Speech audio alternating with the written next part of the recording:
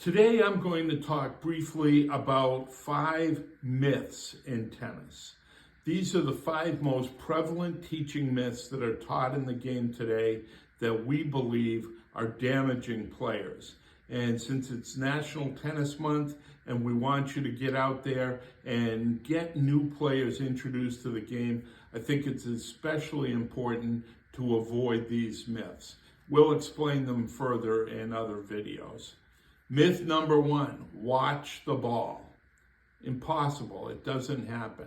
We track the ball with hand-eye coordination, not by watching the ball. I'm doing blind tennis teaching and we're tracking the ball with sound now. So watch the ball is probably the number 1 myth in the game of tennis. Take your racket back, the number 2 myth in tennis. This is the silliest idea that's taught to beginners all the time. It would be like teaching somebody how to drive a car by telling them to step on the gas. You'll teach them everything else later. Myth number 3 is turn sideways to hit the ball.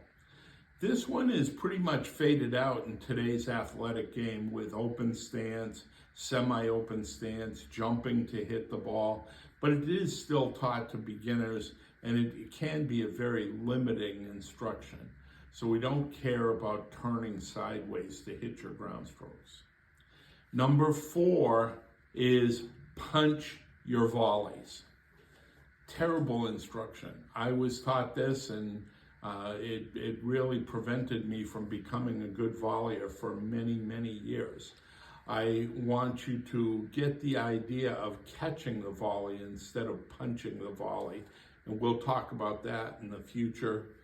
And my personal pet peeve, number 5 in the myth category, close your ears, ESPN, it's the toss on the serve. Here's a statement I'm going to make that I'm going to go into greater depth on in the future. The toss is completely irrelevant to the success of your serve, in spite of what you hear on television. And if anybody gets word to Coco Gauff on this, I would love to help her improve her serve. So that's it, the 5 most dangerous myths in tennis. If you're a student and you hear these, question your teacher. If you're a teacher, evade using any of these myths. Eliminate them from your vocabulary, learn why they're wrong, and go out there and be more joyful.